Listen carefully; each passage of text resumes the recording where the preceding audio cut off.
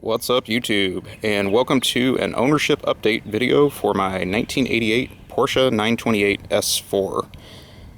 A little overdue on one of these. When I first got this car, I thought I would start making a video about every 2 years, just kind of share some of the key things that have happened to the car, some of the big updates and upgrades I've made along the way, as well as maintenance. A little behind, actually. This is about the 4.5-year anniversary of owning this car, so I'm a little early for the 5-year and a little late for the 4-year that I'd planned to do.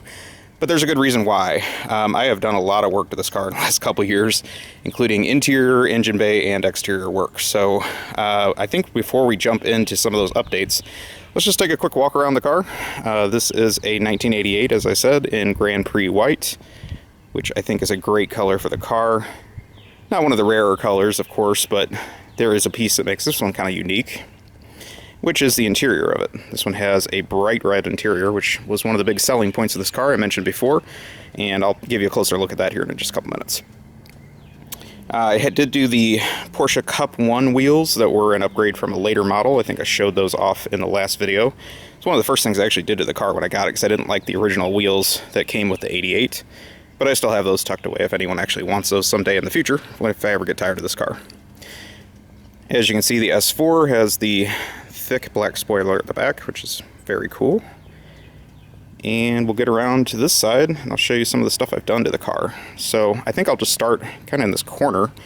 One of the things that I mentioned in my last video I didn't really care for on this particular car was I had switched out the brake pads to EBC red stuff pads, and I didn't care for them. They were supposed to be very low dust, and in fact they actually made a ton of dust. So I've now switched those out to Hawk, I think they're the HPS series ceramics, and I've been a big fan of ceramic brake pads on pretty much all my cars, so I decided it made sense to put them on this one. Absolutely cut down the brake dust that I was getting from the EBCs, so can highly recommend those pads. I'm enjoying them quite a bit, and they've got a great feel to them as well. So I guess I'll break down really the updates as far as the years that they took place. 2 years ago was really the year that I spent a ton of time under the hood of the car, and I did what is known as the intake refresh job. And that job just continues to be as deep as you ever possibly would want to go, depending on how much money you want to spend and how much time you want to spend and how thorough you want to be. So I decided to kind of go whole hog, just hoping that it wouldn't be something that I would need to do again in the future anytime soon. And I probably went a little overboard with some of the things that went with part of the job. So that was a major time commitment about 2 years ago. Thankfully, there is great documentation online on how to do the job, and I think the results kind of speak for themselves. The intake looks beautiful, and I also did the valve covers as well. Modern powder coating job, obviously, for those parts. And then everything else that could possibly be replaced with that pretty much got touched. So if you're talking about sensors or hoses or anything that kind of just is a part of that whole process, it all got replaced, and it was a very thorough, interesting project. Probably one of the most intensive jobs I've ever done on a car, and I just think that I learned a lot from it. So it was great that there was so much documentation. I had some places to ask questions, things like that along the way. So I'll give you a little closer look at the intake here. Obviously did the valve covers as well, and all new hardware for those, so they look pretty sharp. And then another job that I just got the car back from, and I kind of wanted to take a break after 2 years ago having the car massively apart for this job, and then last year having the car massively apart for an interior job. I decided this year I wanted to rest a little bit, so I took the car actually to my local mechanic, and they did the timing belt, water pump, cam gears massive job, as well as replaced all the hoses under the hood. So just got the car back from that. They did a great job on that, and I think that with that job I can now rest easily that the timing belt's not going to cause me any issues for any time in the near future. So very happy to get that complete. So what else was done with that? I got a new washer fluid filler neck. That was a job that I completed, and then behind that you see the new coolant tank, which I had my mechanic do because they were doing all the hoses and everything. So it's one of those things, like, as soon as you make the intakes pretty, everything else looks old and worn out, and then you just want to touch everything. And now even looking at this, I still see probably like 10 other things I want to change. So it is kind of a never-ending story with a 928, and I guess one thing I will say is a great tribute to this car is parts availability for such a niche model from a niche brand is honestly pretty darn good. Porsche does a really nice job of keeping a lot of very unusual parts available for this car that don't work on any of their other cars. So they definitely will cost you, is the side effect of that. But it's a little different than what I'm seeing with my BMW E24 that I also own, where parts availability is really drying up other than some of the mechanical stuff. So like I said, about 2 years ago, this is really where I spent a lot of time just getting all this under hood stuff going. Last year was the year of the interior, so let's close up the hood and I'll show you what all I did in there, because it was kind of overboard as well. So we'll kind of take a walk to the inside here. I'll give you a better look of this beautiful red interior. Didn't have to do anything with the seats, thankfully, because they were good to go when I got the car. Absolutely love that. I just think it makes the interior of this car pop. And you've got the red on the door cards here as well, which is always nice. So we'll take a look here at the instrument cluster. And let's do a mileage update. What you'll see is, as of today, in May of 2025, we have 72,215 miles. And to be sad, or it's kind of sad that I really haven't put a ton of miles on this car since I got it. I think when I bought it, it had 66,000, and that was 4.5 years ago, so it's kind of sad. But now that so much work has been done to this car, I am actually hoping to get it out a little bit and hopefully take some road trips and do some of the 928 meets that are scattered across the country. Don't have any local here in St. Louis, but there are some that are within driving distance and take a nice little road trip. So hoping to get out and do some of that. All right, so let's take a look at stuff we've done inside. And again, this was a major project that I worked on last year, mostly the spring and summer. And we have a brand new steering wheel for starters. This is an official part. This is the Porsche Sport steering wheel. I think that's kind of what it's called. I don't know if it has any other nomenclature, but it gives a nice lift to the car. Is slightly smaller in circumference than the factory wheels, which I thought was a little bit too big for my tastes. And I really like the thick feel of this one. It has a good grip to it that the stock wheel didn't have. So really enjoy this upgrade. I think it's awesome that Porsche still makes this part, that you can easily get a brand new one if you are interested. So some other stuff that I did. This car had some major heating and air conditioning issues, which are not that unusual for a 928, and it was time to finally deal with those last year. So really what you're looking at is a very complicated system that is partially electronic, partially vacuum operated, and then also has some mechanical features as well. And all of those things are suspect, and ultimately I decided pretty much to change damn near everything. So this car is about as fresh as you can possibly get for all those components, and I replaced stuff that probably a lot of people wouldn't even bother to touch, just because I wanted it to be right and I didn't want to have to deal with it again for a long time. So one of those things that's new and very visual that I can show you here is a new head unit for the HVAC control. Again, mind-blowing that Porsche still has this part available. It was interesting, the box came from the factory, but with a new old stock label on it that it was sitting on the shelf since 1999. But it was still made at that time, so I thought that was kind of interesting that they still maintain inventory on that.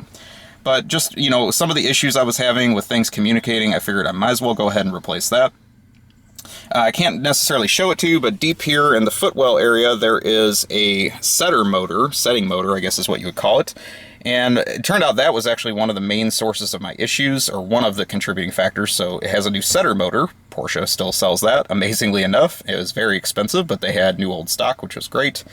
And then also the big thing that you do when you're doing this job is you replace all of the rubber diaphragms that all get pinhole leaks in them and causes your HVAC system to go haywire. So the locations of those are all over the interior, which means that you've got a ton of work to do.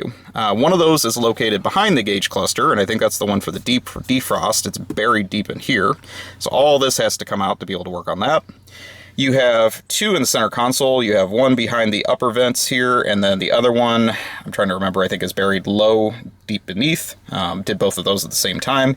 And then the one that was probably the worst of all of those is the one that is the recirculation diaphragm, and it is buried underneath this package tray, underneath the dash, basically attached to your blower motor, which is also kind of sandwiched in between the hood and underneath all that. And so it has a brand new blower motor. It has that diaphragm replaced as well. Tons and tons of work. Learned a ton. Don't ever want to do that job ever again, but it's done. Other things that were done as part of that job. It has a new sensor here. My original one just had cracked, and you can't necessarily easily replace just the piece that shows. So I went in and did the whole thing. The console has to come out to do that. That is a major job, but it is now complete. And then I didn't stop there. I went ahead and replaced all of the air conditioning system with a modern system. I'm trying to remember the brand of it, but it was one that was made specifically for the 928. And I figured all those components new, Freon, whatever, all that kind of stuff, R134, I guess I should call it. All that being put in, I figure it's good for quite a while. So, with that major journey that took like, oh, I'm sorry, there's more. I thought that was it. No, of course that wasn't it. There's also little sensors that are buried underneath the dash here as well. There's 5 of them. I had to harvest some of those from a BMW 7 Series, new old stock, and I made a video about that if you ever want to learn more about those as well. But those also contribute to the vacuum control of this whole unit. Wow, it was something else. But with it all fully functioning, I can tell you the air conditioning in this car is fantastic. The heat in this car is fantastic. It actually has a great flow through. It's actually a pretty good system once you get all the foibles figured out. So yeah, that was the HVAC job. That was a major part of last year. Let's talk about some other stuff though that's new in the interior. It's kind of while we're on the same plane here, I changed the radio for the second time. When I first got the car, I bought a German Kinzel unit that I liked okay. It did some of the modern stuff that I wanted it to do while still being able to play CDs. I have a big CD collection, so I still wanted to maintain that. But ultimately, I didn't like some of the interface in it and decided to go with this unit, which is a Blaupunkt that is not available in the United States, but I was able to get it easily from Germany. And actually, it does all those things the Kinzel did, but even more efficiently. And I actually like the style of this one even better. It really fits the design of the car. Just very low-key, classic 80s looking unit, but still has all the modern stuff. So it has a USB, it has Bluetooth, all the fancy stuff, plus CD player. You know, it's great. Actually put the same unit in my BMW E24 just because it fits that car perfectly too, and very happy with this. What else have I done inside? Well, I changed the clock. One of my earliest videos was repairing the digital clock that was original to the 928 S4, or at least my year of the 928 S4. But the later models got this wonderful looking analog clock, and I thought even after I got that digital clock fixed, it just looked hokey. It looked like it belonged in like a Toyota Tercel. It was not befitting of this premium car that, at least of its era, was top dog of the Porsche lineup. So I decided to get the factory clock that came in the later models, I think 90 and up or 91 and up, and I found the way to wire it up so it actually works with my car, and it looks so much better. Just really nice unit, and you can see it kind of ticking away as we're even just sitting here. What else did I do to the interior? Well, I think another thing is that my car is an automatic, which I mentioned in my prior videos, but obviously that's one of the first questions people have is it a manual, is it an automatic? This one is an automatic. And one thing I noticed a lot of 928 owners do is they change out the T-handle shifter. I agree it looks a little old-fashioned, but honestly I don't think it's the T-handle shifter that makes this whole system look so dated or just doesn't really fit the car. It actually was the boot that the factory setup has, which looks like it came out of a Volkswagen Fox from 1987. I don't know. It just was this plastic rubbery thing. It just looked awful. So luckily a seller on eBay makes this nice leather boot, which actually matches the rest of the leather in the car pretty well. And I just think it looks much more befitting of this particular car. So I'm actually okay with the T-handle shifter. With this boot, I just think that kind of makes it tie all together and actually looks like it probably belonged here from the get-go. So a nice solution. Like I said, not something I see in a lot of other cars yet, but it was what worked for me. What else is new in the interior? Well, replaced some switches along the way. Some of these were getting like faded lettering and things like that on them. So I decided, yeah, go ahead and make those look sharp and refresh with some new switches for the sunroofs and windows controls. Other than that, really, I think the rest of the interior is about how it looked before. I think you saw my cup holder that I added on a prior upgrade video that I made. And then other than that, just some cleaning and things like that along the way. Debating replacing the factory speakers. I did do an amp override so that it goes directly into the head unit. The new head unit actually has plenty of power to power the stock speakers, but still kind of debating whether I want to change those out, so that may be a future update. I think that's really about it on the interior here, so I'll give you one more look at this as we go to the hatch, and I'll give you an overview of that as well. So you can hear that popping right now. So, coming out of the interior, I'll give you a quick look at the back seat. Again, more of that wonderful red. And then we'll come around here to the back and take a look at the hatch. My car came with this really dark tint on it, and I'm still kind of not 100% sold on it. I'm debating whether I want to have that taken off. I don't mind having some tint because I do think that it's keeping the interior looking fresh, but it is a little too dark just for my taste. So I've been living with it, but I'm not completely sold on it either. The hatch, not really a whole lot to talk about here. I did buy a replacement luggage cover. This is very similar to what the factory design was like. My car never came with the original one. Most of them rotted away a long time ago.